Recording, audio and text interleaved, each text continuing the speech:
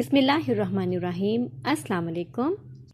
العلم سٹی میں خوش آمدید اسٹوڈنٹس۔ ہمارا آج کا لیکچر 10th کلاس کے خلاصے سے متعلق ہے اور سبق کا عنوان ہے مجھے میرے دوستوں سے بچاؤ۔ تو چلیے آئیے وقت ضائع کیے بغیر شروع کرتے ہیں۔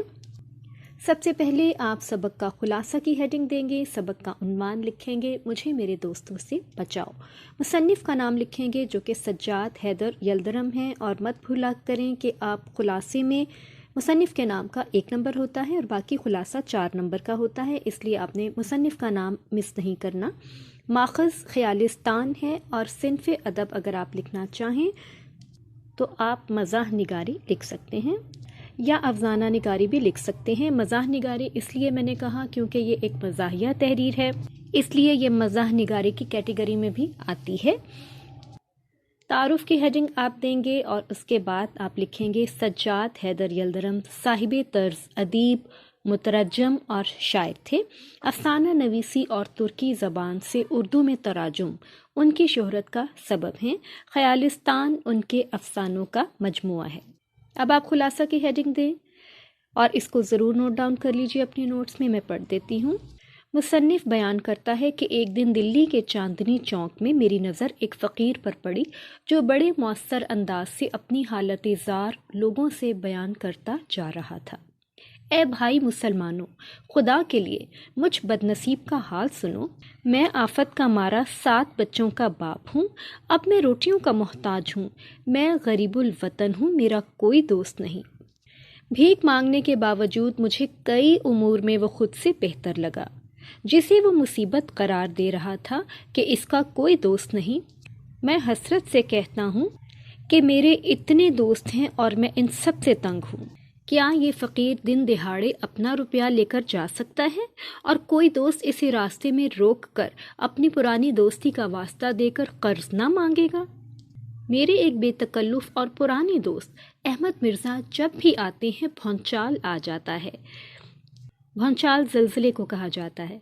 شور مچانے، چیزیں الٹ پلٹ کر کے 2 منٹ میں 9-2-11 ہو جاتے ہیں۔ ایک اور دوست محمد تحسین ہیں جنہیں دن رات اپنے بیوی بچوں کی بیماری کی فکر لگی رہتی ہے۔ میرے ایک دوست مقدمہ باز ہیں، ان کی گفتگو میں جج کی تعریف یا برائیوں کے سوا کچھ نہیں ہوتا۔ شاکر صاحب سلیم پور کے رئیس ہیں۔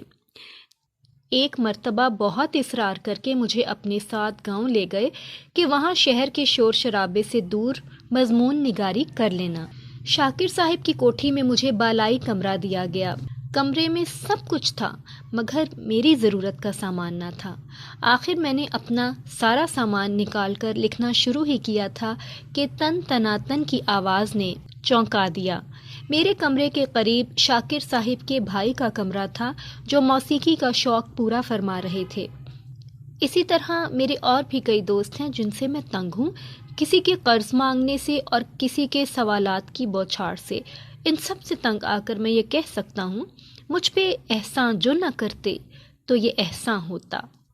یہ تھا اسٹوڈنٹس ہمارا خلاصہ، اور اب ایز یوزول مختصر مشقی سوالات کے جوابات آپ ان کو نوٹ ڈاؤن کر لیجئے کیونکہ یہ آپ کو کسی بھی کی بک میں نہیں ملنے والے۔ ہمارے پہلے سوال کی ہیڈنگ ہے چاندنی چوک میں تقریر۔ چاندنی چوک میں فقیر کی تقریر کا لب لباب یہ تھا کہ میں غریب الوطن ہوں، میرا کوئی دوست نہیں، اے خدا کے بندو میری سنو، میں محتاج ہوں۔ ہمارے دوسرے سوال کی ہیڈنگ ہے مصنف پہ اثر۔ فقیر کی تقریر کا مصنف پہ بہت اثر ہوا۔ اس نے فقیر کو دوست نہ ہونے کی وجہ سے اپنے سے بہتر پایا اور فقیر پہ رشک کیا۔ ہمارے تیسرے سوال کی ہیڈنگ ہے بھڑبھڑیا سے شکایت۔ مصنف کو اپنے دوست بھڑبھڑیا سے یہ شکایت تھی کہ وہ جب بھی آتے شور مچاتے اور چیزوں کو الٹ پلٹ کر دیتے، غرض یہ کہ ان کا آنا بھونچال کے آنے سے کم نہ ہوتا۔ مصنف کا ہاتھ وہ اس قدر دباتے کہ انگلیوں میں درد ہونے لگتا۔ ہمارا چوتھا سوال ہے محمد تحسین کی گفتگو۔ مصنف کے دوست محمد تحسین بال بچے دار ہیں، وہ دن رات انہی کی فکر میں رہتے ہیں، ان کی ہر بات بیوی بچوں کی بیماری پہ ختم ہوتی ہے۔ اور ہمارا آخری سوال ہے ادب کے دل دادا۔